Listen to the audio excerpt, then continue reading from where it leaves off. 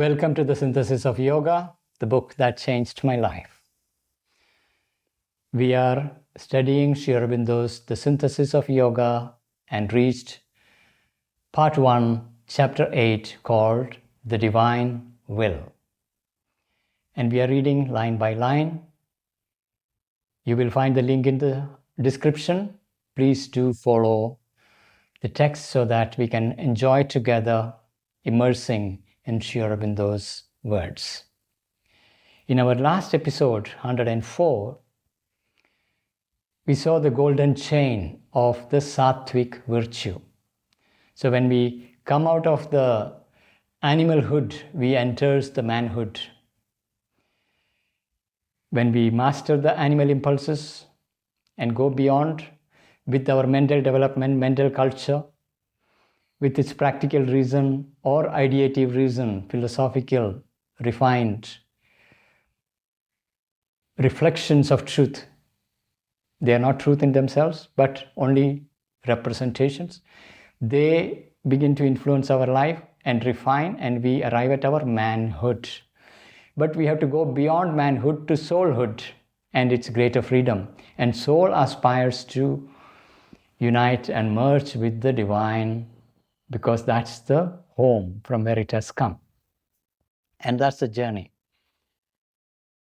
And in that previous one, we saw that the mental stage can itself be a chain, a prison that binds you in its virtue. So we have to go beyond the virtues to enter into the greater freedom, obey only that divine will. But how do we recognize the divine will? How do we know it from our normal human individual will? That's where we ended in the last episode. Now move on to episode 105. We are starting with the paragraph 9.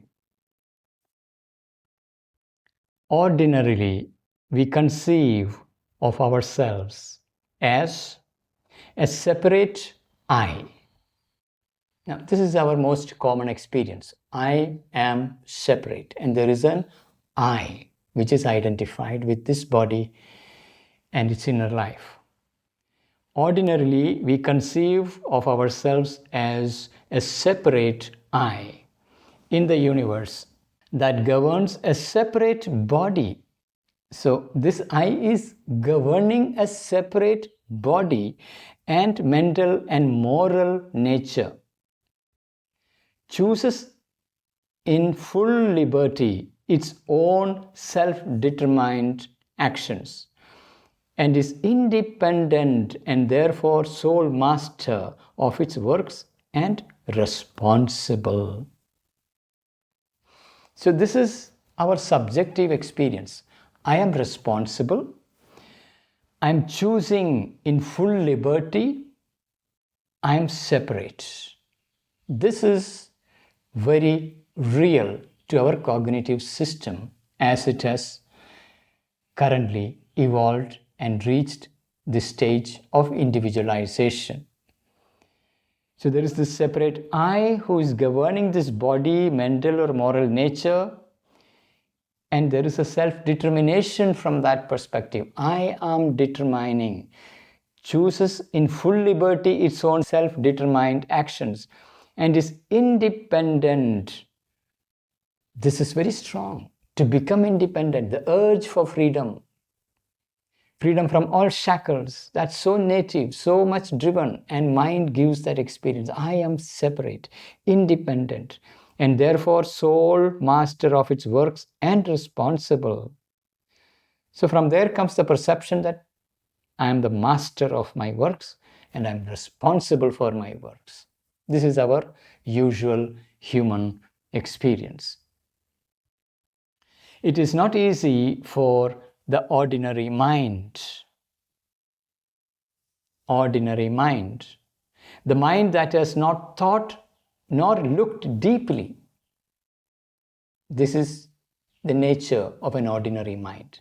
It doesn't think deeply or look deeply into its own constitution and constituents, how it is composed, what are the parts. It is difficult even for minds that have thought. Forget about the minds who have not thought and looked deeply. Even for the human minds who have thought deeply, it is difficult even for minds that have thought but have no spiritual vision and experience. Having thought deeply doesn't mean you have got any spiritual experience or a vision. When you don't have that,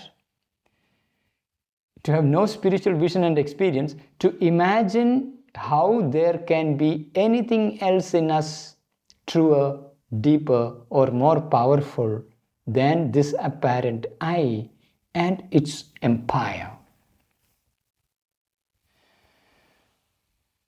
So it is beyond its conception.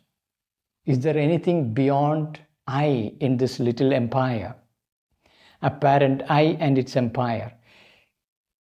To say that there is something truer, deeper, and more powerful is only a hypothesis, a speculation, not an experience. That is where the mind stands. Mind gets this as a knowledge, as an information. Hey, there is something deeper, something truer, something more powerful than what you think you are. A mental I, which experiences itself to be the master, finds it really hard to believe this. That's how human nature is, human mind is. It's very difficult for the minds who have not thought through, not looked deeply. It is even for those who have thought deeply, they find it very difficult to know it. Because without a spiritual experience or a deeper vision welling up from within, it's impossible to know. We will go round and round in mind and its thought constructs. But the very first step towards self-knowledge, as towards the true knowledge of phenomena. So here are the two types of knowledge: self-knowledge, true knowledge of phenomena. There is a phenomenal world outside us. Then there is an inner world, and there is this true self seated deep within, to which we do not have access. But the very first step towards self-knowledge, as towards the true knowledge of phenomena, is to get behind the apparent truth of things. Getting behind the apparent truth of things. What is an apparent truth? If you look at a phenomenal world, sun is rising in the east, setting in the west. That is what our senses are telling, and that is an apparent truth for the senses. But our rational intelligence can study the movements of the sun, the moon, the earth, the stars, constellations, and construct in its inner knowledge that the sun is at the center, earth is going around, which is not apparent to the senses at all. But it is looking behind what senses are hiding, and it can see that structure. That is the power of that rational intelligence. So very first step towards self-knowledge, as towards true knowledge of phenomena, is to get behind the apparent truth of things and find the real but masked, essential and dynamic truth, which their appearances cover. So these appearances are covering. We have many covers behind which the true self is hidden. So masked, essential and dynamic truth. There is an essential truth and a dynamic truth. Essential and dynamic. Dynamic truth is what propels everything into action and manifests everything. Essential truth is the essence of all things. The very first step towards self-knowledge, as towards the true knowledge of phenomena, is to get behind the apparent truth of things and find the real but masked essential and dynamic truth which their appearances cover. There are these layers of thought happening, streaming of thought, which we take when we identify with thought. I am the thought. And then there are these feelings that are rising and falling, emotions coming and going. I am angry. We don't see it as there is anger in me, there is thought in me. We see, I am thinking, I am the thought, I am the emotion, I am the sensation, I am the body. There's a complete identification. These are the veils that is covering the true self hidden behind. The ego or I is not a lasting truth. This ego, it is our outer nature. There is a body and it has whole memories gathered over its lifetime and organized into a story. This is me, my story. That is the ego. This ego or I is not a lasting truth, much less our essential part. So it's not our essential part, nor is it a lasting truth. It is only a formation of nature, a formation of nature. Just like a cloud is a formation, this self-image that we carry, my story, my experience, my skill set, my understanding, my knowledge, it is a formation of nature, a mental form of thought centralization. Thought centralization. We have experiences pouring in through all the senses. And mind is making sense out of it, constructing narratives, and it builds a centralized idea centered around the body. This is your body, this is what you are, and this is what you have experienced. And you're spinning a story. There's a thought centralization around this particular individual, and we call it me. A mental form of thought centralization. That centralizing is the function of that ego. In the perceiving and discriminating mind, so the mind has its perception, discrimination, this is me, this is not me, this is my experience, and my experience is gathered centralized. A vital form of centralization of feeling and sensation in our parts of life. So just like thought centralization, there is a vital form of centralization, a centralization of feelings and sensations. So we are holding on to our collection of sensations and feelings organized into this is me, this is the world. I have experienced the world to be this way or that way. That is how I feel about the world. And it is centralized and it is held as a formation. A feeling and sensation in our parts of life, a form of physical conscious reception,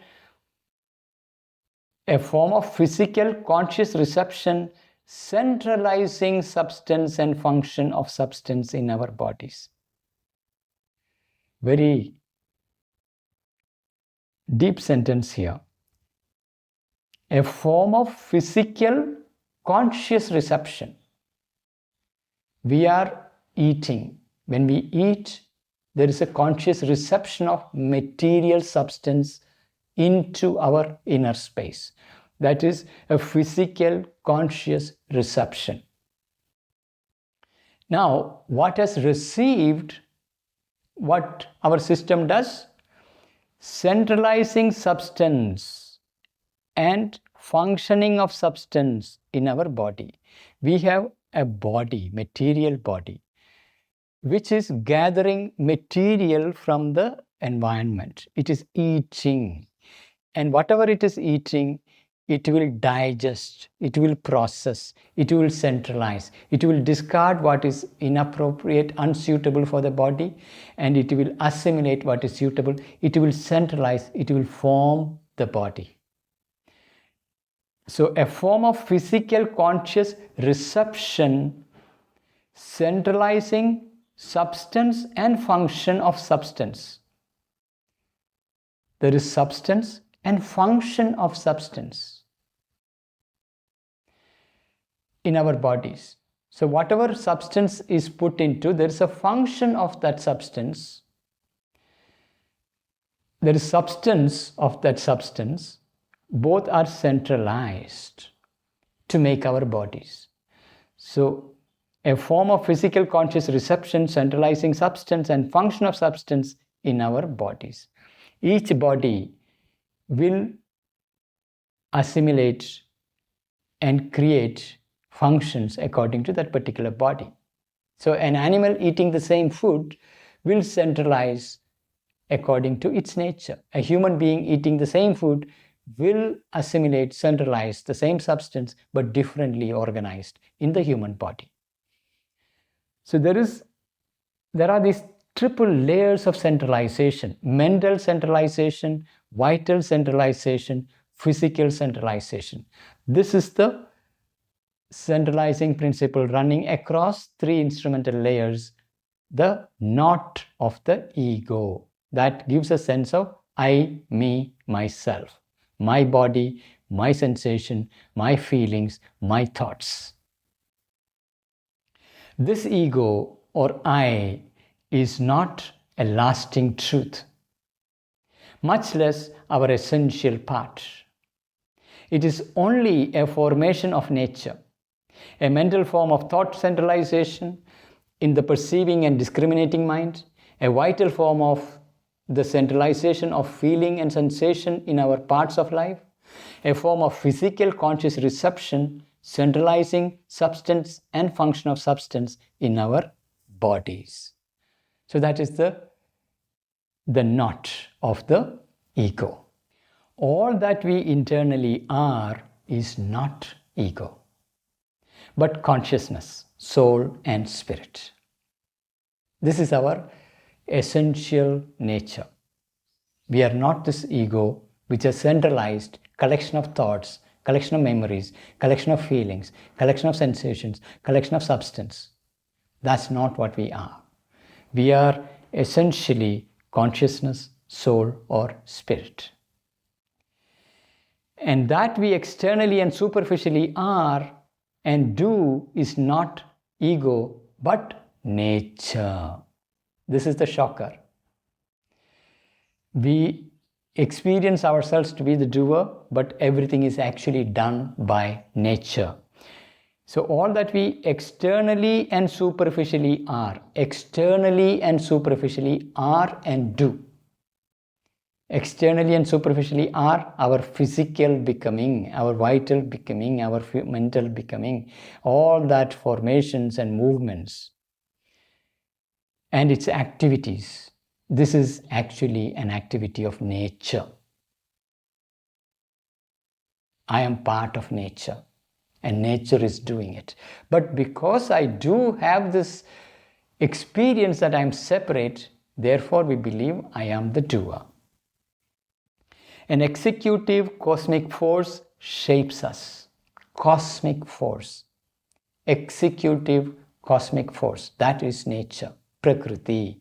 An executive cosmic force shapes us and dictates through our temperament and environment and mentality, so shaped through our individualized formulation of the cosmic energies, our actions and their results. So there is this cosmic force working everywhere, and it is using its formulations of cosmic energies to shape our actions or all actions, their results. It is flowing through us as our individual molds are in its ability, temperament to receive and transmit. An executive cosmic force shapes us. It is shaping from the birth onwards, it is shaping and dictates through our temperament and environment. It is also dictating. We have a temperament Each individual has a temperament of likes, dislikes, preferences, all that. Vital temperament, mental temperament, physical temperament, all that. It is through the temperament and environment and mentality so shaped. And we have a mentality, we are mental beings, so there is a mentality. It is shaped by the nature through our individualized formulation. There is a individualized formulation. This centralizing principle is individualized formulation of the cosmic energies. We are built out of that cosmic dust and cosmic energies, our actions and their results. So this, what we consider as our actions and their results, are all done by the cosmic force, gathering from cosmic energies, shaping, and even our mentality is thus shaped. Truly, we do not think, will, or act. But thought occurs in us. Will occurs in us. Impulse and act occurs in us. Our ego sense gathers around itself, refers to itself, all this flow of natural activities. So this becomes very obvious when we just want to stop thinking. Thought doesn't stop. They flow like a stream. Then you know that you are not thinking. Thoughts are happening. They're entering and flowing through you. So does the will. There is an urge to do something. From where did it come? It came from nature. And then there is an action. You're doing something, whether it is eating food, running, doing your other official work. This action, it is nature acting through us. These are occurring in us. When there is an impulsion to act, we act. The will arises, thoughts arises. So it enters as a stream of thought, as a perception. It becomes an emotion, a sensation, a drive. We get up and we start doing things. And this action, and because it is felt very deeply, that's me who is acting. Therefore, the illusion of the doership. But it is nature doing her natural activities. Thought streams, will streams, action streams, all flowing through us. Truly, we do not think, will, or act. But thoughts occur in us. Will occurs in us. Impulse and act occur in us. Our ego sense gathers around itself, refers to itself, all this flow of natural activities. These are natural activities happening in nature. One thing we need to remember is when we say nature, we are not only referring to the external physical material nature, but our psychological nature is also nature. Physical nature, mental nature, vital nature, all this is nature. It is cosmic force. It is nature that forms the thought, imposes the will, imparts the impulse. So the cosmic force, nature, forms the thought, imposes the will, imparts the impulse. So there is a cosmic mind, a cosmic vital, a cosmic physical nature. Out of that, its forces enters and plays through depending upon the capability of the instrument. Our body, mind, and ego are a wave of that sea of force in action, and do not govern it, but by it are governed and directed. So that's now becoming very clear. Our body, mind, and ego are a wave of that sea of force in action. A sea of force in action. Visualize the sea. See, there is a tremendous rising tide, falling tide, and then there are these waves rising and falling within the vast ocean, and there are wider currents underneath. All this is like nature's working. And imagine extending that we are carried by these waves. A sea of force in action. Sea of force in action. And do not govern it. We do not govern it, but by it are governed and directed. So this sea of force in action governs us, directs us.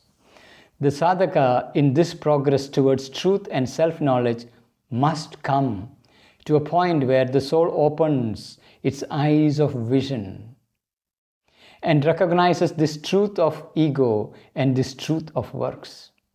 So this is the first thing to recognize, that I am not the doer, nature is doing through me. And it is my ego that gives me the sensation, the feeling that I am the doer. The sadhaka in his progress towards truth and self-knowledge. Truth and self-knowledge. True self, if we are to discover, first we need to recognize this false identity of the ego and its sense of doership. Must come to a point where the soul opens its eyes of vision. Soul opens its eyes of vision, an inner seeing, and recognize this truth of ego and this truth of works. He gives up the idea of a mental, vital, physical I. So this is the first thing to renounce. Give up. Renunciation starts here. I am not this body, not these emotions, not these thoughts. Neti, neti, neti. In many traditions, this is one of the approaches. I am not this, I am not this. Stripping off the superficial layers. He gives up the idea of a mental, vital, physical I, the triple layers of the ego that acts or governs action. He recognizes that Prakriti, force of cosmic nature, following her fixed modes. Remember the modes, 3 gunas, sattva, rajas, tamas. Force of cosmic nature, following her fixed modes, is the one and only worker in him and in all things and creatures. So the force of cosmic nature, following her fixed modes, is the only one and only worker in you as well as the whole nature, in all creatures, everywhere. There is the one nature working through everyone, everywhere. But what has fixed the modes of nature? What has fixed the modes of nature? The sattva, rajas, tamas, 3 modes of nature. Who has fixed it? What has fixed it? Or who has originated and governs the movements of force? So the force is in motion, creating the worlds. But who has set, originated, and governs the movements of force? There is a consciousness or a conscient behind, that is the Lord. So behind the force in motion, working out its results, there is a consciousness, that is a conscient standing behind the knower. Behind that is the Lord, witness, knower, enjoyer, upholder, and source of sanction for her works. Her is the nature, Prakriti. There is the one who is seated within the Prakriti, who is the witness, and it is the same cosmic witness who is woken up within us. But because we identify ourselves as this tiny little body and its little self, we do not realize that this witness is actually a cosmic witness. And the witness that I am is bound in this limitation only because I believe I am this tiny little thing. So it's a witness, it's a knower. Witness is Sakshi. Then there is a Jnata, knower. Then enjoyer. You not only know the world, you also enjoy the world. And upholder, that's the least known side. It is this consciousness that upholds the activity of the force, the Shakti, and her Prakriti flowing out into manifestation. And the source of sanction, it is that consciousness behind nature. It gives the sanction to the force. Flow out, manifest. For her works, this consciousness is soul or Purusha. And it is this consciousness we are referring to as soul or Purusha, the pure being, who is a witness, who is a knower, who is the enjoyer, who is the upholder, who is the source of sanction. Sanction, because this being presiding over allowed, therefore it happens. Like when you have tears welling up, if it is a context where you cannot release the tears, there is no sanction to release. You may have anger that you may say, this I do not want to release. There is no sanction from within, therefore you don't release it. Similarly, in the vaster nature, there is this Purusha presiding over everything, who has sanctioned, therefore it unfolds in nature. The force moves and Prakriti manifests. So what has fixed the modes of nature? It is this soul, this Purusha, who fixed the modes of nature, or who has originated and governs the movements of force. There is a consciousness or a conscient. Behind that is the Lord. It is behind the apparent visible crust, who is the Lord, witness, knower, enjoyer, upholder, and source of sanction of her works. This is consciousness. This consciousness is soul or Purusha. These are two words.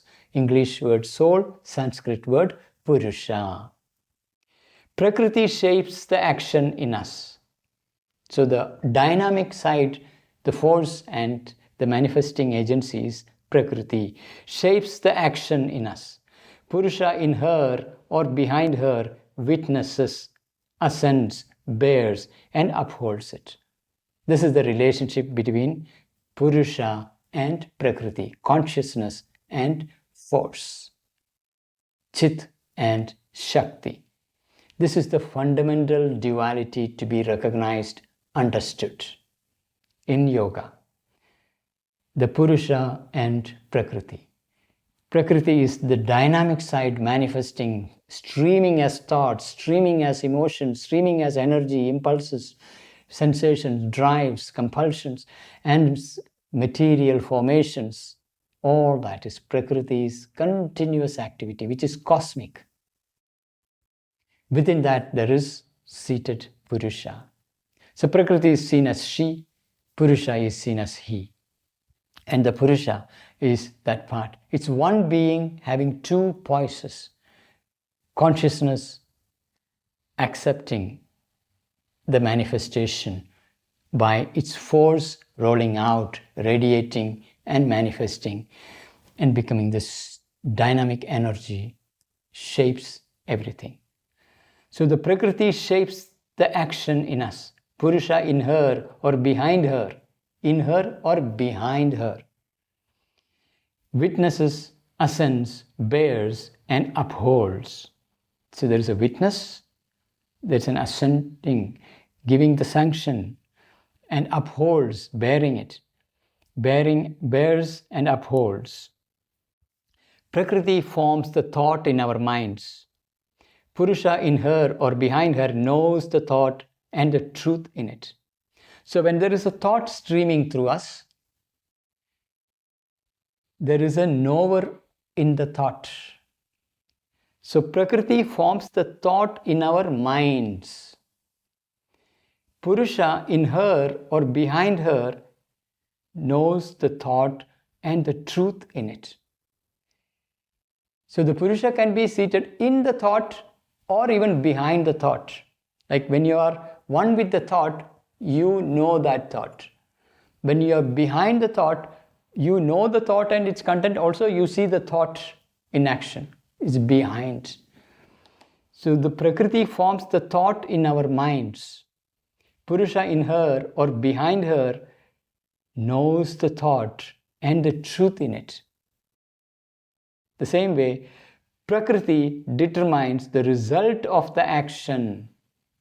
Purusha in her behind her enjoys or suffers the consequence. For every action, there is a consequence. So, who is enjoying that action or suffering the consequences of the action? It is the Purusha in us. So, there is a force in us that rolls out, energy flowing out, and there is a consequence to it. And the one within us either enjoying it or suffering. That is the Purusha within. Purusha in her or behind her enjoys or suffers the consequence. Prakriti forms mind and body, labors over them, develops them. So our mind and body are formed and developed by Prakriti. Purusha upholds the formation and evolution. So this formation is also evolving continuously. So and this Purusha is the one who upholds it and sanctions each step of her works. So this Purusha is sanctioning every step of Prakriti's works. Prakriti applies the will force which works in things and men. Purusha sets that will force to work by his vision of that which should be done. So Purusha is the seer within who sees the vision. Like in a large organization, there is this chairman or the head who has the vision, who sees this is the thing to be done. And thousands of people who follows that vision and materialize that vision into life. That's how nature works in her. There is in her creative manifestation. There is a conscious Purusha who has given sanction. And the Prakriti labors to manifest it.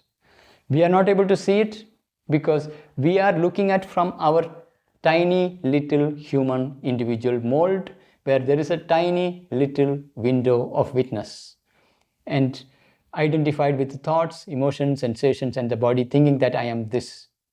But when we are able to step back, stand back and observe, free up, stand behind, then the Prakriti begins to reveal her streams and Purusha detach and become wider and wider. That's how the liberation enters. So Prakriti forms the thought in our minds. Purusha in her or behind her knows the thought and the truth in it. Prakriti determines the result of the action. Purusha in her or behind her enjoys or suffers the consequence. Prakriti forms the mind and body, labors over them, develops them. Purusha upholds the formation and evolution and sanctions each step of her works. Prakriti applies the will force which works in things and men, not only living beings but also inanimate things. Things and men. Purusha sets that will force to work by his vision of that which is to be done. So there is a will force set in motion by the vision of the thing to be done. That's how that unfolding happens. The seer, the Purusha, sees the vision, sets the will in motion. And that force, will force, become the energy, become the creative movements of the mind, emotions, energies, sensations, bodily substance, all the way. And its action, consequence, development in time. And across time cycles, there is something that is developed. There is an evolutionary process happening. And it is witnessed by the Purusha in nature or behind her, observing, sanctioning, enjoying, upholding, all that. This Purusha is not the surface ego, but a silent self, a source of power, capital P, capital S, an originator and receiver of knowledge behind the ego, knowledge, capital K. So there is this superficial eye from which we look at the world, but it is behind all that. This Purusha is not the surface ego. When we are looking at, we do experience ourselves to be witnessing the world. There is an observer in us. That is the surface ego personality. But a silent self, a source of power, this self is silent. Whereas the mind is full of thought, noise, thinking all the time, emotions going up and down, all sensations, all that. This self behind is the silent witness, silent self. Not only silent self, it is also the source of power. But we do not know that. We do not have the experience of it. A source of power, an originator and receiver of knowledge behind the ego. It is that self who is behind, this self that is behind, who is the originator and receiver of knowledge behind the ego. Our mental eye is only a false reflection of this self. A false reflection.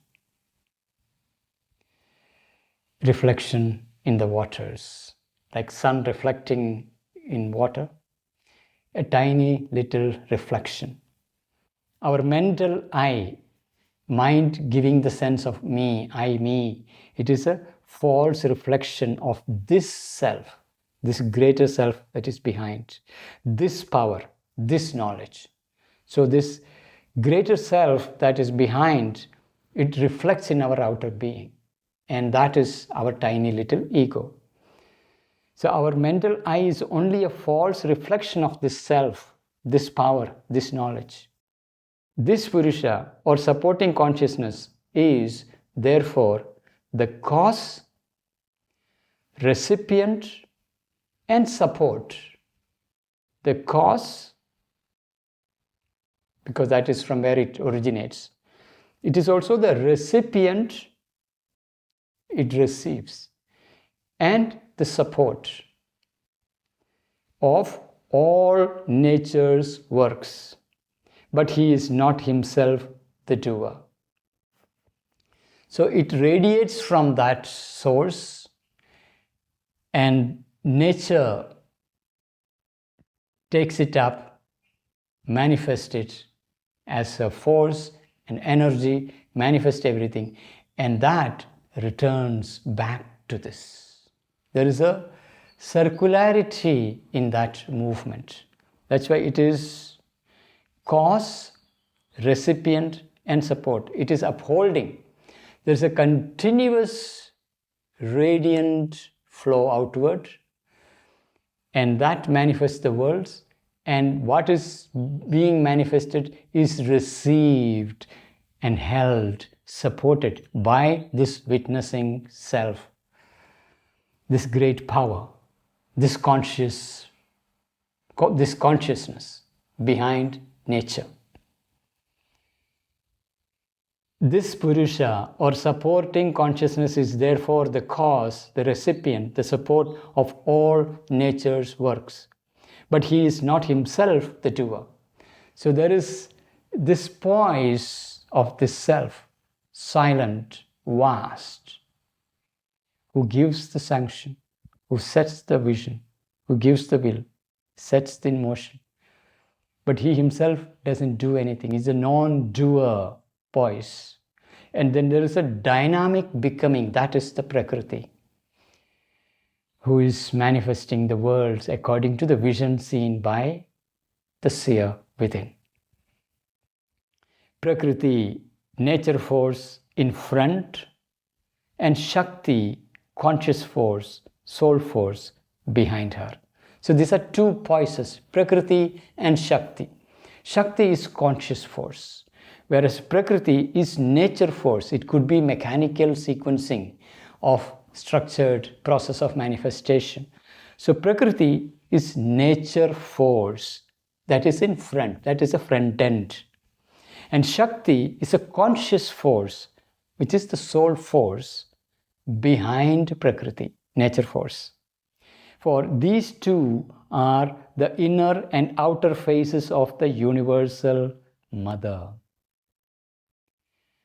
Universal mother. Prakriti is nature, the mother, but it is her frontal face. Behind her, behind this frontal appearance is conscious force, the Shakti. And behind the Shakti is the pure consciousness. So Prakriti, nature force in front, and Shakti, conscious force or soul force behind her. For these two are the inner and outer faces, inner and outer faces of the universal mother. Account for all that is done in the universe. In the universe, not just in our individual life, in the universe, she is the mother nature with her frontal and inner, outer and inner movements, Prakriti and Shakti. These are two voices of the same divine mother. The universal mother, Prakriti Shakti, is one and only worker. Prakriti Shakti. Now he is putting together Prakriti and Shakti as one word, Prakriti Shakti. The universal mother, Prakriti Shakti, is the one and only worker. Purusha Prakriti, consciousness force, soul supporting nature. Purusha Prakriti, consciousness force, soul supporting nature. For the two, even in their separation, are one and inseparable, are at once a universal and transcendent power. So here it gets more interesting. These two sides of one being, they are inseparable. Purusha and Prakriti are inseparable. Consciousness and force are inseparable. Soul and nature are inseparable. For the two, even in their separation, are one and inseparable, are at once a universal and transcendent power. We are looking at from our human individual perspective. We experience ourselves to be separate. In this separate self, there is a witnessing part and there is a dynamic Prakriti that is acting through.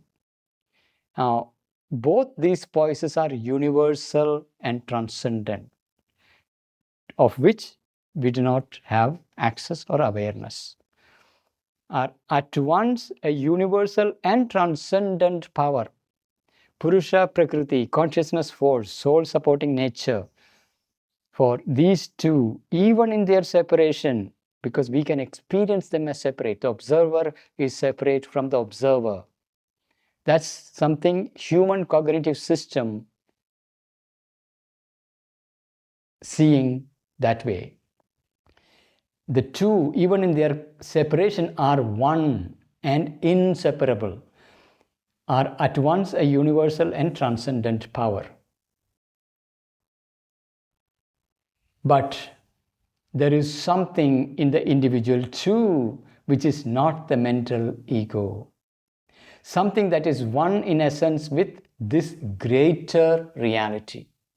So this greater reality is this universal and transcendent reality. We may not have access to it in our normal limited consciousness, but it is there behind. There is something in the individual too, which is not the mental ego. Something that is one in essence with this greater reality. It is in essence There is something in us one with this greater reality. It is a pure reflection or portion of the one Purusha, that one self, silent self. It is reflecting in the individual mold.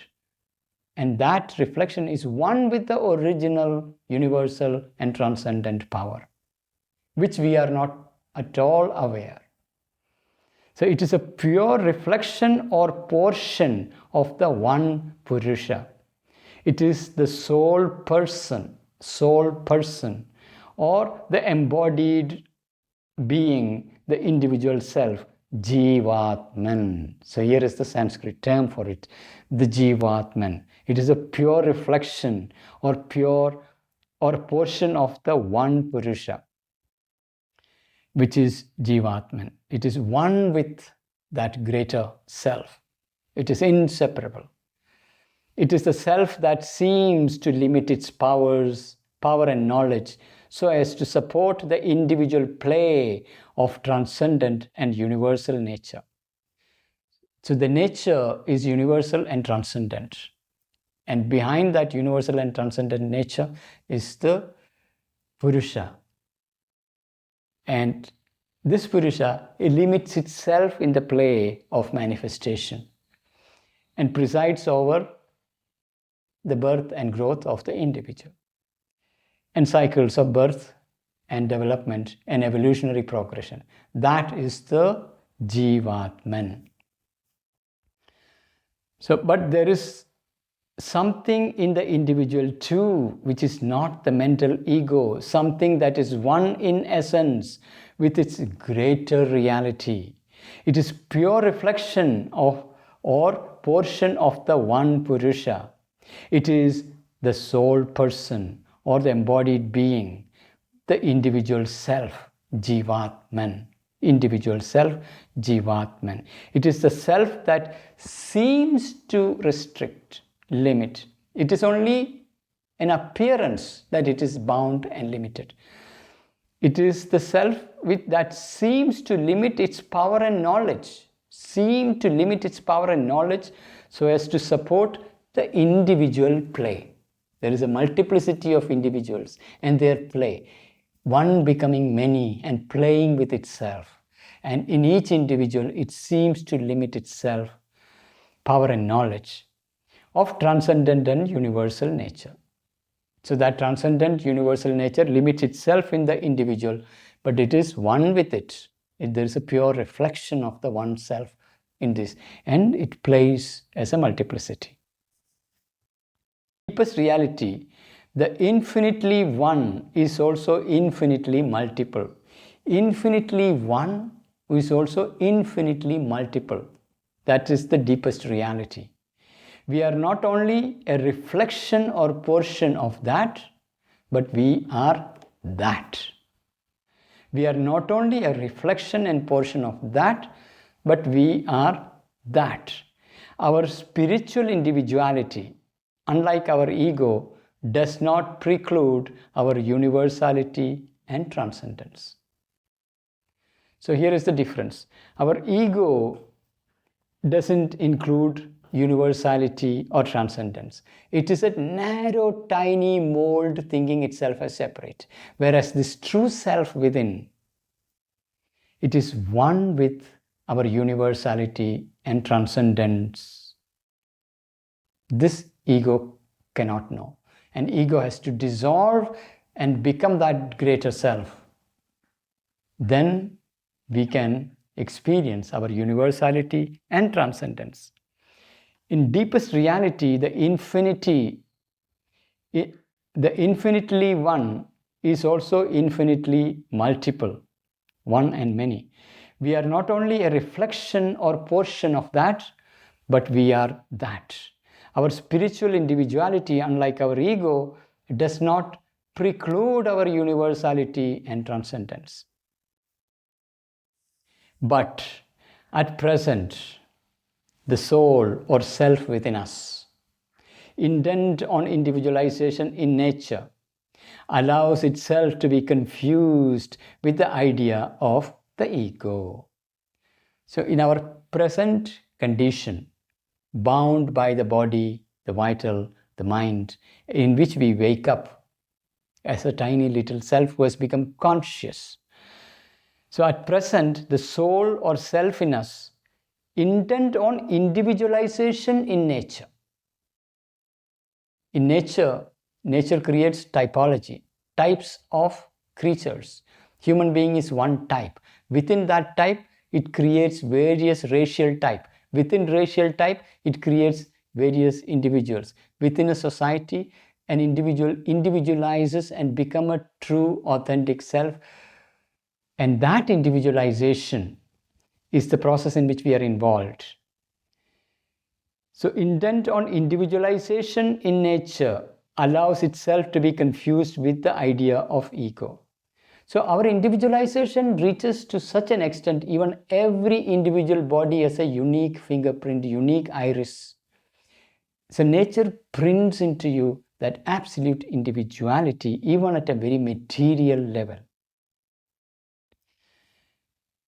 It has to get rid of this ignorance. It has to know itself as a reflection or portion or being of the supreme and universal self, and solely a center of its consciousness in the world action. So there is this universal self, supreme universal self, and its world action. That world action has multiple centers, and you are one of the centers. But because we identify with the body, mind, and emotions and sensations, we limit ourselves. And our power, knowledge, everything is narrow and tiny. When this is unpacked and identification deepens into the vaster self, that is when we see the world action of that greater self. So at present, the soul or self in us, intent on individualization in nature, allows itself to be confused with the idea of ego. It has to get rid of this ignorance.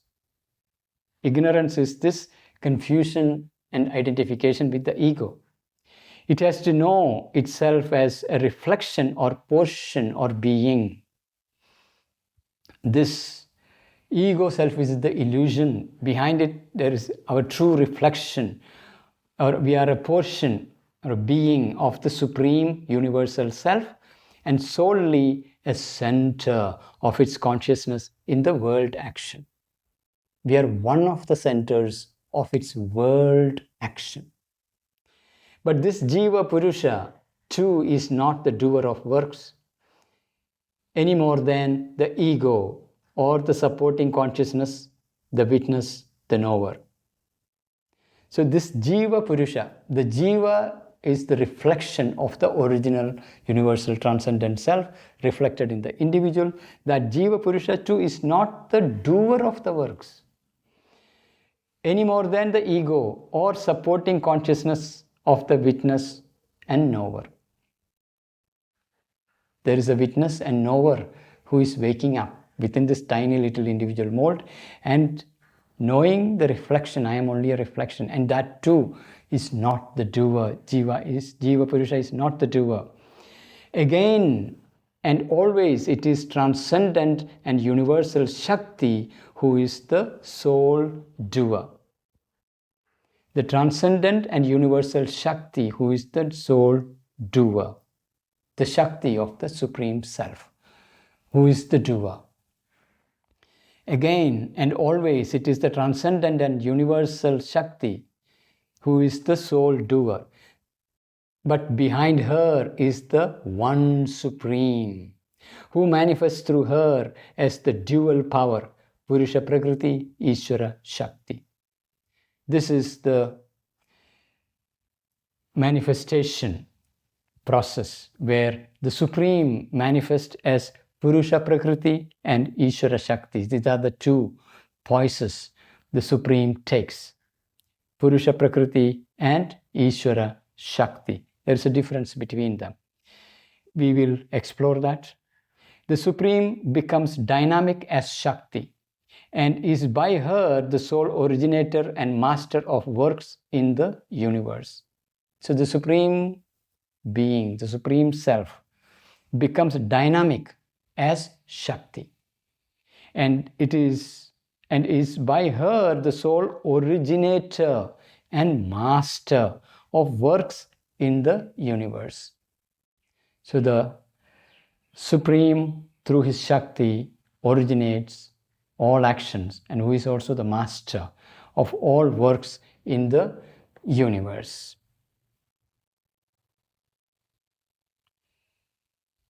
So here is a footnote about this Purusha, Prakriti and Ishvara Shakti. Ishvara Shakti is not quite the same as Purusha, Prakriti. For Purusha and Prakriti are separate powers, but Ishvara and Shakti contain each other. That's the difference between Purusha and Prakriti, and they can really separate, though essentially still one. In practice, in apparent creative process, they come in as separate powers. For Purusha and Prakriti are separate powers, but Ishvara and Shakti contain each other. Ishvara is Purusha who contains Prakriti. Ishvara is Purusha who contains Prakriti and rules by the power of Shakti within him. Ishvara is Purusha. So Purusha and Ishvara are the same, but two different voices. Ishvara is Purusha who contains Prakriti. Purusha who contains Prakriti and rules by the power of the Shakti within him. So Shakti is the one who projects, the conscious force who projects, and then the Prakriti, the outer form, manifests. Shakti is Prakriti ensouled by Purusha. Shakti is Prakriti ensouled by Purusha. So Prakriti ensouled by Purusha. In Prakriti is the soul involved. And Shakti is Prakriti ensouled by Purusha and acts by the will of the Ishvara, which is her own will and whose presence in her movement she carries always within her. So Shakti always acts by the will of the Ishvara, Ishvara Shakti, who is the master, who is her own self, the other voice, which is her own will and whose presence is her movement she carries always with her. The Purusha Prakriti realization is of the first utility. Purusha Prakriti realization. Realizing within us the separation of the Purusha and Prakriti, this is the first utility to the seeker on the way of works. So that's something we need to keep in mind on the way of works, standing back from the works and becoming a witness so that the Prakriti and her works become an objective process that you're witnessing. That is of important utility. The Purusha Prakriti realization is of the first utility for the seeker of the way of works. For it is the separation of the conscient being and the energy and the subjection of the being to the mechanisms of the energy that are the efficient cause of our ignorance and imperfection. So the conscient being who is involved in this energy that is incessantly creating and the identification, immersion in it, that is the cause of our ignorance. So from that, we have to liberate the Purusha, stand back, witness, the witness voice, pure awareness, pure consciousness, pure being, standing back. So it is the separation of the conscient being and the energy and the subjection of the being to the mechanisms of the energy, that the efficient cause of our ignorance and imperfection. So this is the very beginning of that process of standing back, beginning of the yoga process, Purusha liberating slowly from the energy and its involvement so that ignorance is reduced.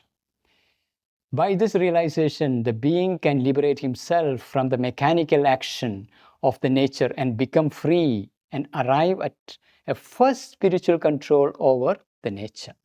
That's a first spiritual control. Purusha standing back, becoming a pure witness.